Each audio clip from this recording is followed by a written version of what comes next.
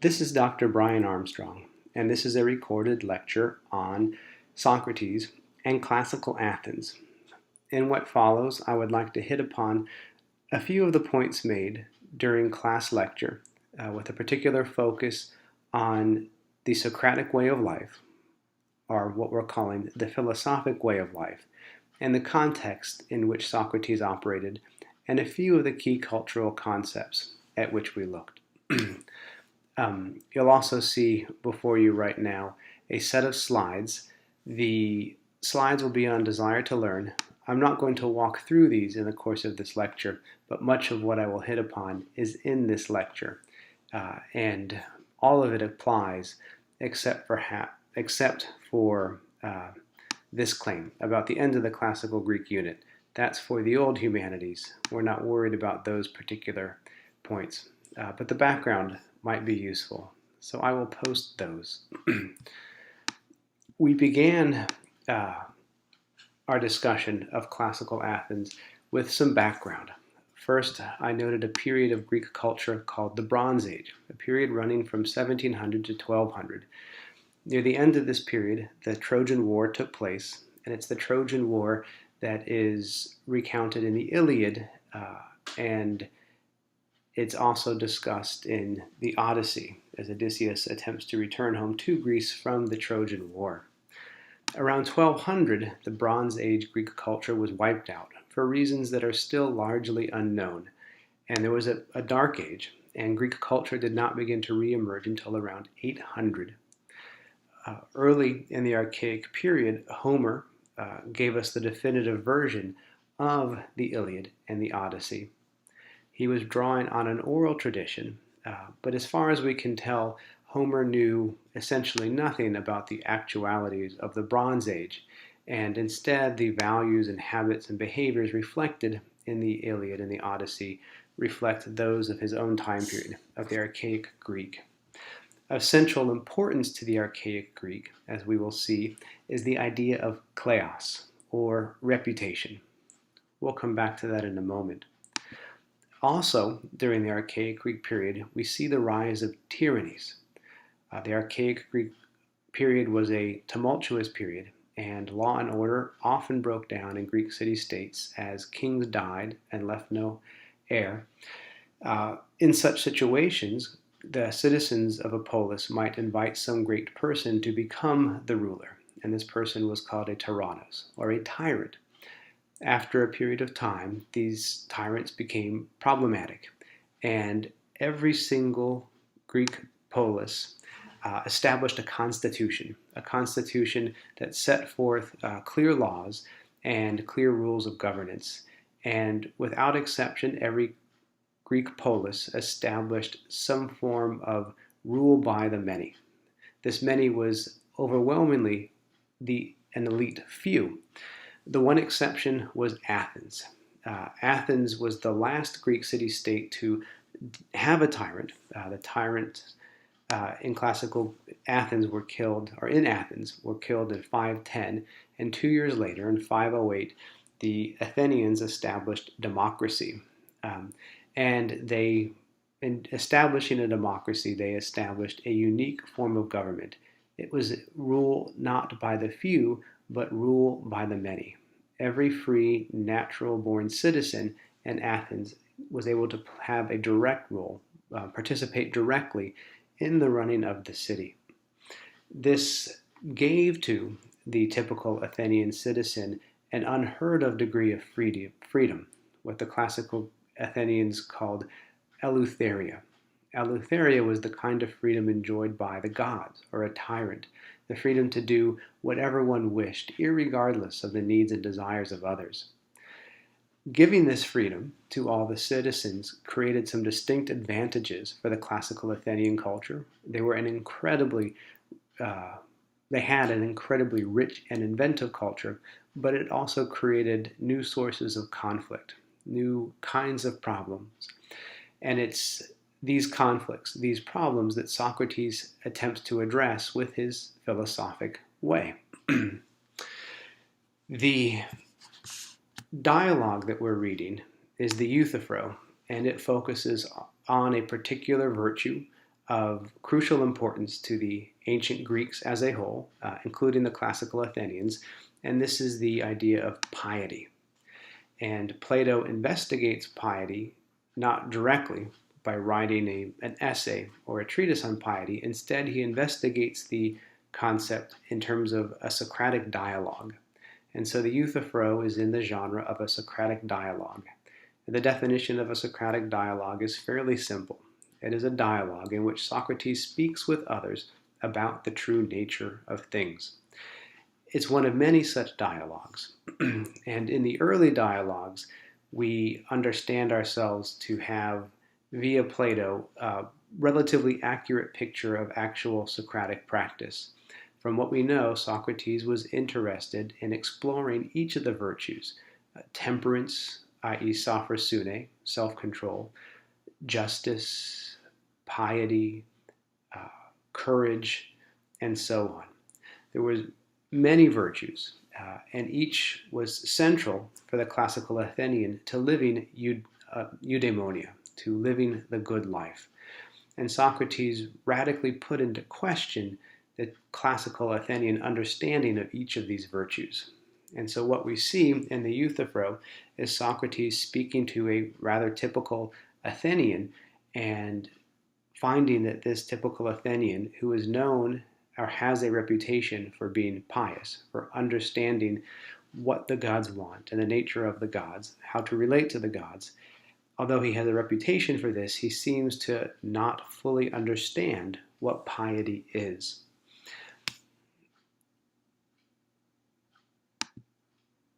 So, let's say a bit more then about the Socratic way. We might posit Euthyphro's way, based upon what we said in class, as being a matter of the pursuit of reputation. In the archaic period, kleos, a reputation, became very important as men sought to establish excellence through courage on the battlefield. If you established courage or excellence on the battlefield via courage, courage is simply a matter of being right-minded in the face of fear. If you did that, you would be rewarded with honor. If you did it repeatedly, in other words, if you acted honorably in battle after battle after battle, you might earn yourself glory, kleos, which is honor preserved through time. In classical Athens, there was, because of the empire, because of the wealth, because of the innovation and development, there was much more leisure time, and there were new means of establishing reputation. However, reputation was still seen as crucial to achieving eudaimonia, or the good life. In other words, we might say that for the classical Athenian, enjoying the good life was primarily a matter of appearing good and wise in the eyes of others, whereas Socrates was pushing his fellow Athenians to actually be good, regardless of whether anyone could see it or not. And so we find that for Socrates, and here we'll read from the book Pursuits of Wisdom, 6 Ways of Life in Ancient Philosophy by John Madison Cooper, a professor of ancient philosophy at Princeton University. He writes, "For Socrates, the complete good condition of the soul is entirely a matter of one's ability, unfalteringly and with an inexhaustible thoroughness, to understand, explain, and successfully defend, by argument and analysis, to others and to oneself, one's own values and commitments. This good consists, therefore, in the perfection, teleios, of the ability to understand and argue well about values. It is the condition in which that ability is made absolutely secure and permanent. This is what Socrates understands by wisdom, Sophia. But, as it seemed to Socrates, and surely not unreasonably so, human beings never do in practice achieve this condition. One must be prepared to face up to challenges anyone might raise against any of one's ideas that one had carefully examined and felt quite persuaded of.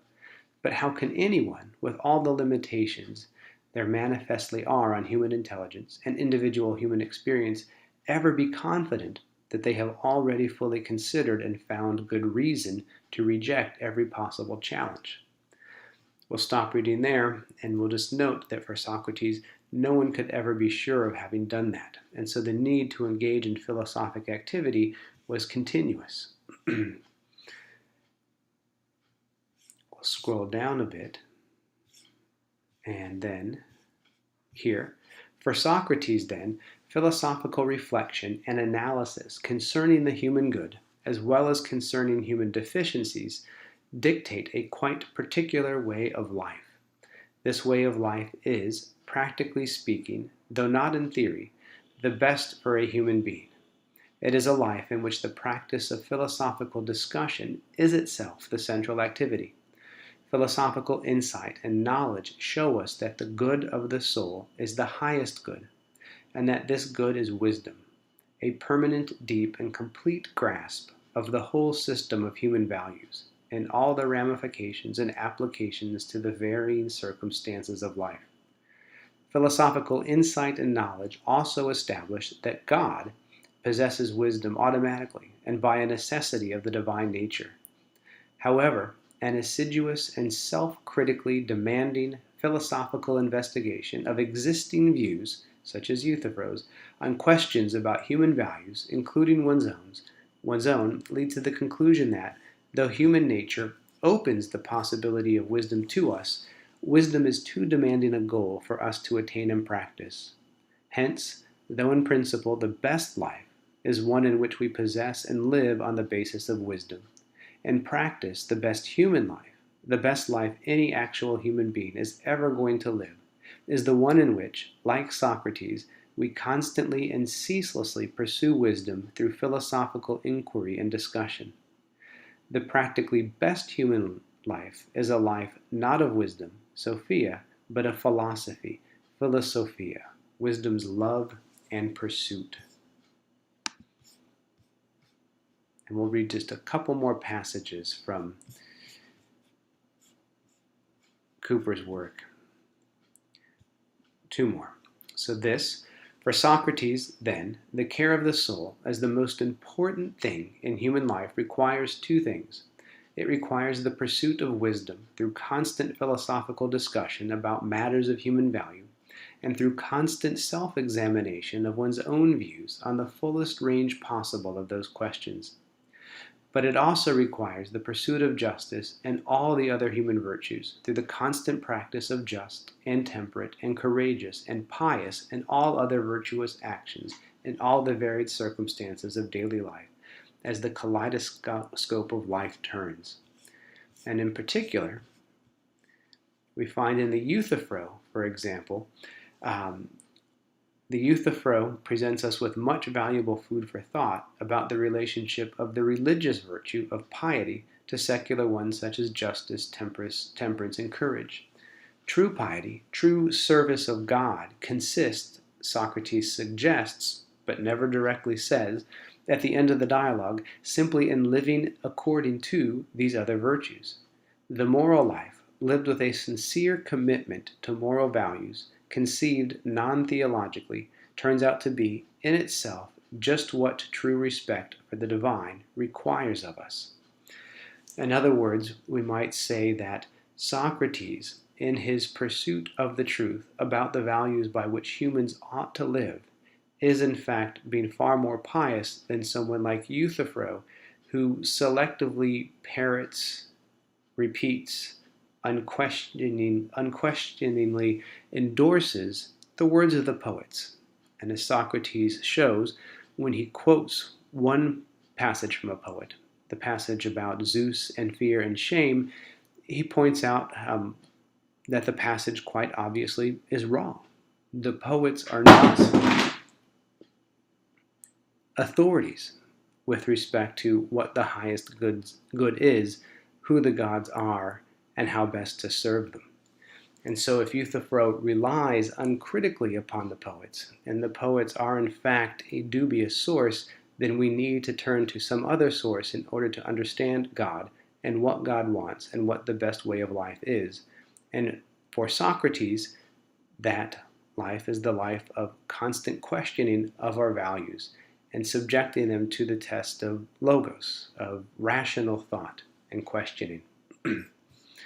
And so, How are we on time? Not too bad. And so if we look at this map, recall again that Socrates frequently discussed things with his fellow citizens, or frequently questioned them in the agora, in the open market space, and also in the shade of the South Stoa. There's a colonnade here, and in these arches there's an open space where people could discuss things, sell things, and so on. And so it was through this space and across this space that the elite of Athens moved, and it was there that Socrates questioned them. When he encounters Euthyphro, he and Euthyphro are both headed into a law court. Euthyphro is headed in to accuse his father. Socrates is headed in order to face charges of, among other things, impiety. So piety is very much on his mind. And there's a deep irony here. Socrates, who perhaps is a model of a new form of Greek piety, is being questioned for that piety.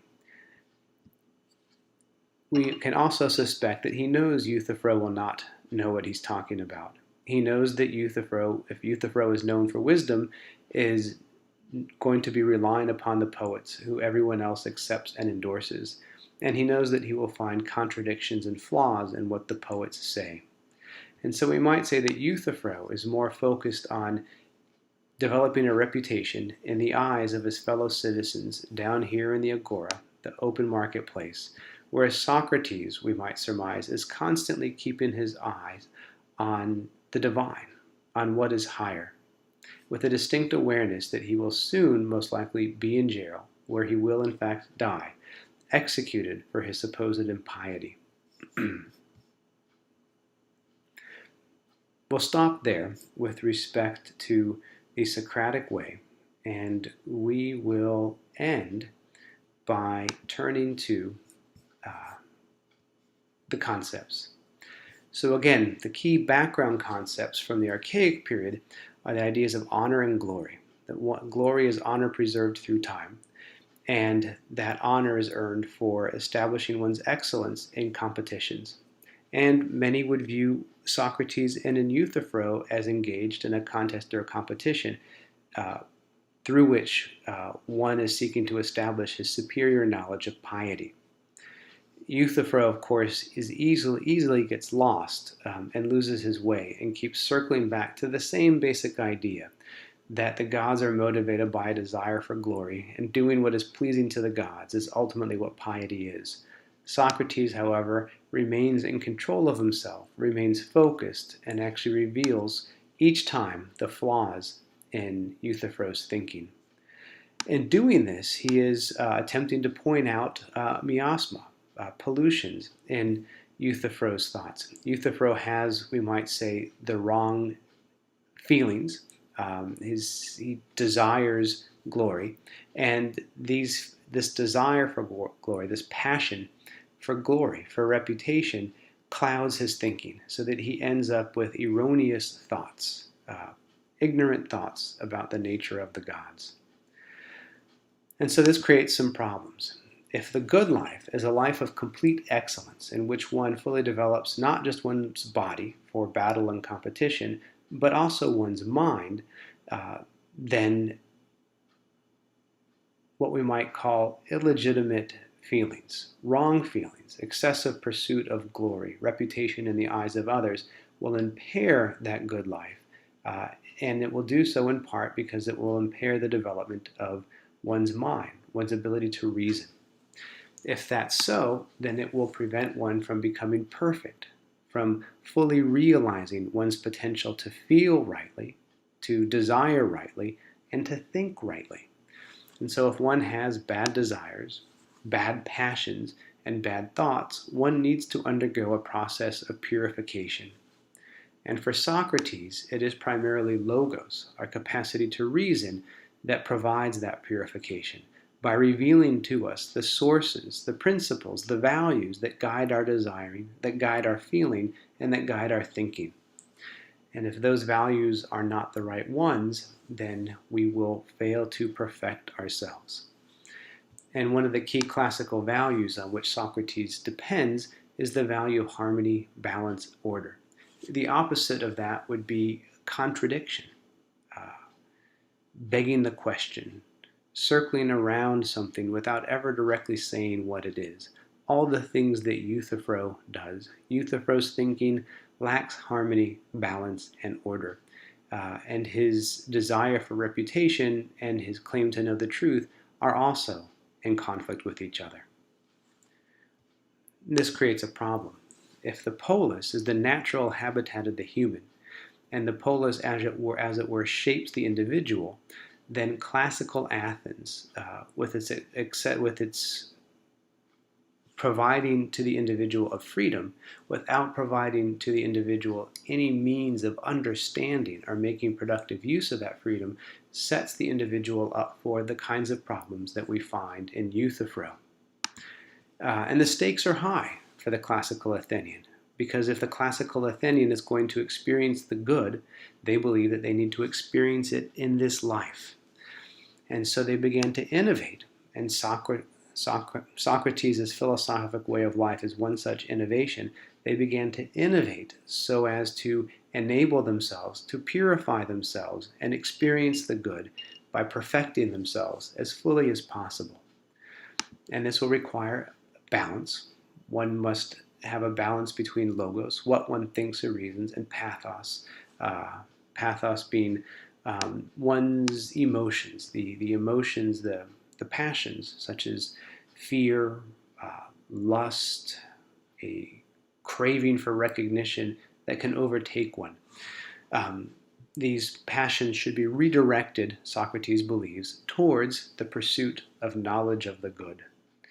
And of course, this is all premised on the idea that we have three parts: a mind that can think and know, a spirit that's the seat of passions, emotions, and then appetites, desires for things such as food and sex. These parts of us can be in conflict with each other, or they can be in harmony with each other. In Socrates, in the Euthyphro, we find an example of mind, spirit, and appetite in harmony with each other. In Euthyphro, we see the mind and spirit clearly in conflict. And so, we have then a clear representation of the philosophic way of life as providing a means of perfecting oneself, with the idea that that perfection enables one to experience eudaimonia. And I think that I will stop there. Oh, I know, I wanted to show you one more thing. An account of the prehistory that I gave you earlier. This piece is a nice summary of what happened during the Bronze Age, and then how things began to change through the Archaic period on into classical Greece. I won't read it, but you can pause this and read it if you wish. Well, hopefully this gives you some additional material to work with as you go through the final revisions of your classical Greece applying the concepts essays.